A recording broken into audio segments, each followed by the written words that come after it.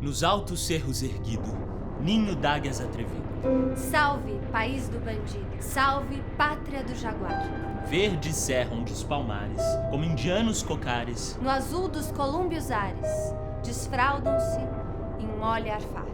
salve, regiões dos valentes, onde os ecos estridentes mandam aos planos trementes os gritos do caçador. E ao longe os latidos soam, e as trompas da caça trom, e os corvos negros revoam sobre campo abrasador. De bravo soberbo estádio. Das liberdades paládio. Palmares, a ti meu grito.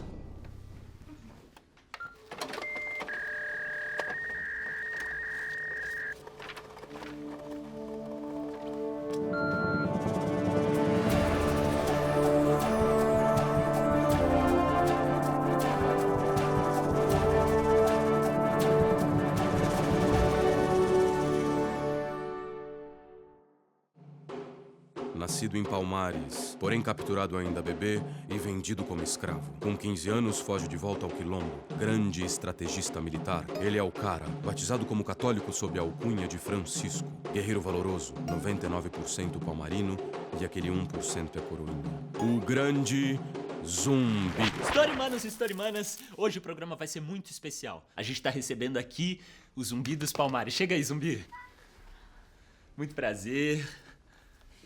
Olá. A gente tá muito feliz que você tá aqui hoje. Seja bem-vindo. Tá tudo bem? Bem, não tá não. Durante a minha viagem eu acabei ouvindo umas conversas. Que história que é essa de que a escravidão é mimimi e que já passou? A máquina do tempo adverte. Zumbi aproveitou sua viagem para estudar os discursos, hábitos, gírias e elementos dos seres humanos brasileiros de hoje em dia. Esse viajante é um crânio. Tem gente que acha que a escravidão é coisa do passado e que a gente não precisa mais conversar sobre isso. Peraí, então quer dizer que ainda continuam tentando apagar a nossa história? Eu acho que sim, mesmo sendo uma história tão trágica como a nossa. Vamos introduzir esse assunto na história acelerada.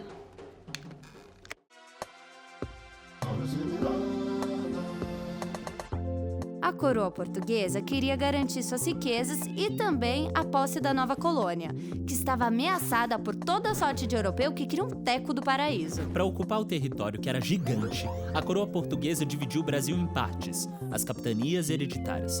Depois, nomeou capitães donatários que deveriam ocupar e proteger a terra, além de produzir, é claro. Os portugueses eram mestres em produzir açúcar e já faziam isso aqui, aqui e aqui. Viajar pelo mar naquela época era muito perigoso, então a coroa calculou que precisava produzir muito açúcar para o risco da travessia valer a pena. Os portugueses então já tinham o que produzir e esses grandes latifúndios para plantar cana. E na mentalidade deles, o que é que estava faltando? Gente para produzir. Muita gente. Os portugueses tentaram escravizar os índios. Eles foram torturados, assassinados e mortos por doenças que antes não tinham aqui. A população indígena caía ano a ano. E aí, alguns portugueses perceberam que iam ganhar muito dinheiro retirando à força os africanos de sua terra natal e trazendo eles para o Brasil. E assim, controlariam a entrada de toda a mão de obra da colônia. A história acelerada que vocês contaram é do ponto de vista português. Percebe que quando falamos do índio e do africano,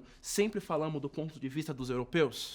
Sim, mas é essa a história oficial que contam pra gente, não é, Clara? É, Neto, mas talvez seja esse o problema. Na escravidão, os senhores tentam apagar qualquer rastro de humanidade da vida de uma pessoa. A história acelerada que vocês contaram é do ponto de vista do branco.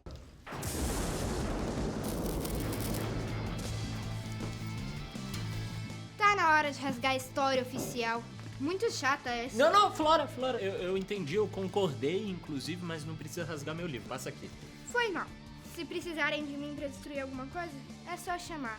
Zumbi, você é o cara. Você desculpa minha irmãzinha, viu, Zumbi? Ela é meio excêntrica às vezes. Bom, isso vai ao encontro do Damnation Memoriae. É o quê? É latim, Clara. Ah, latim? A máquina do tempo adverte. Zumbi fala latim. Ninguém fala latim, né? Porque latim é uma língua morta. Zumbi sabe latim. Isso, eu avisei que esse cara era um crânio. Damnation Memoriae. É uma frase que fala sobre apagar a história de alguém propositalmente.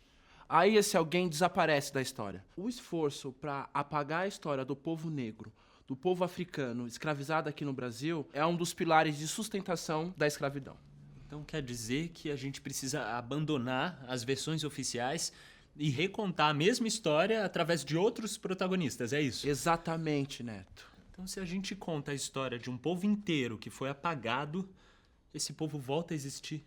Caraca, todo dia eu fico mais emocionado com o poder que a história pode ter nas nossas vidas. Mas o Zumbi, eu fiquei impressionada. Quantas línguas você fala? Eu falo português, quimbundo, um pouco de urubá e latim. Meu, você é muito, mas muito mais legal do que a gente lê nos livros. Por que você não ajuda a gente a recontar a história?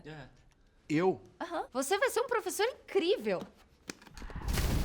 Professor da hora? Nossa, e muito! Cara, tá muito bom, não tá, Neto? Pô, tá irado. Aí, Zumbi, começa a contar pra gente como é que foram as guerras dos quilombolas, vocês resistindo bravamente, daí os portugueses... Clara, peraí, ó. Eu adoraria falar isso pra vocês, mas vocês sabem como tá difícil pros professores se colocarem, falarem certas coisas hoje em dia. Realmente, é como a gente disse antes, tem muita gente que ainda acha que é mimimi falar dessas coisas. Já sei. Eu vou dar uma pequena aula pra vocês. Neto, eu vou precisar da sua ajuda. É claro, Zumbi.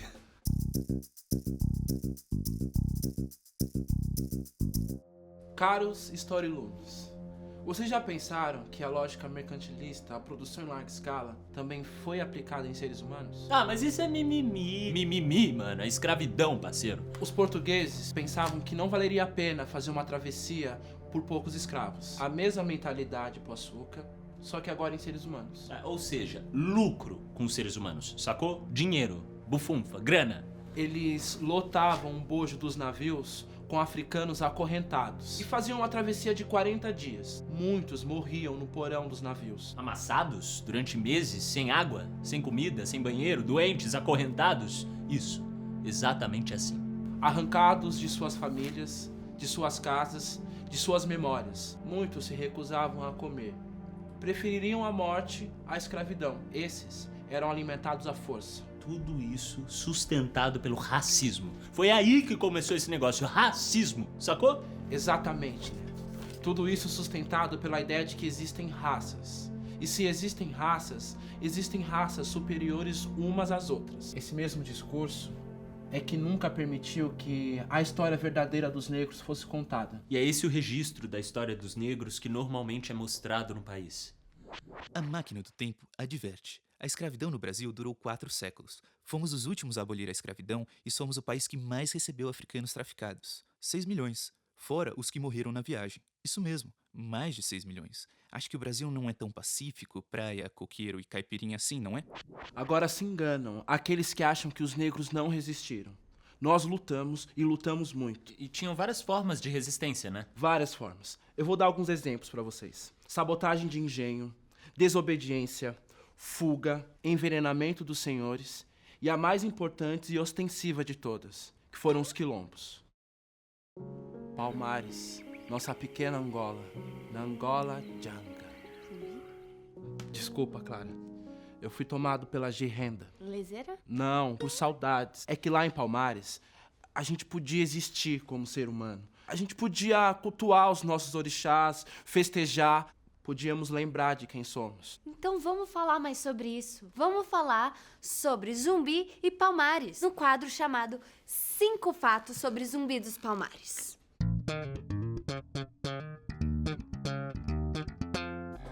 Zumbi, seu nome de batismo é Francisco? Sim, eu nasci em Palmares e fui capturado e vendido para o padre Antônio. Foi ele que me batizou e foi ele que me ensinou latim. E tinham muitos quilombolas nascidos nos quilombos, ou seja, nascidos livres? Os primeiros quilombolas eram nascidos na África, no Congo ou na Angola. Muitos nasciam lá e outros iam para lá depois de fugir. Você derrubou o líder Gangazumba e liderou a resistência dos Palmares. Como é que foi isso? O líder Gangazumba fechou um acordo de paz com a coroa portuguesa. Em troca de terras, os nascidos no quilombo. Em troca, ele queria que os os não nascidos no quilombo fossem devolvidos para os senhores. Mas o que é que a coroa queria com isso? Queria cortar os laços que uniam a gente e os outros que nos ajudavam. É verdade que tinham mais de 20 mil habitantes no quilombo? O quilombo dos Palmares tinha mais ou menos 60 léguas e era dividido em vários mucambos, pequenas cidades: Arotirene, Tabocas, Trambaganga, Subupira, Amaro e a nossa capital,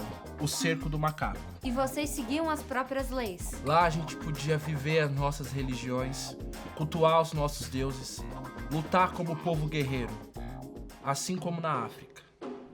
Ai, Zumbi, conta mais essas histórias pra gente. Você é tão incrível, eu quero saber tudo, tudo, tudo sobre você. Conta mais um pouco pra gente, por favor. Clara, ele precisa voltar. Obrigado pela presença, Zumbi. Ad Astra, meu querido. Até as estrelas. Xalá, Storymanos. Xalá! Xalá, historialunos. E lembre-se, a história dos negros nunca será apagada. Cartinha do rei pro zumbi. Eu, El Rei de Portugal, faço saber a voz. Capitão Zumbi dos Palmares. Você é o reizão agora. Que hei por bem perdoar-vos de todos os excessos praticados contra a minha real fazenda. Ah, tá legal! Tá com medinho de Palmares, reizão? Sim, tô. Isso tudo por entender que vossa rebeldia teve razão nas maldades praticadas por alguns maus senhores. Alguns senhores, escravidão geral. E portanto convido-vos a assistir em qualquer instância que vos convier, com vossa mulher e vossos filhos. E se liga, cara, livres de qualquer cativeiro. Viva Zumbi! As vidas negras importam.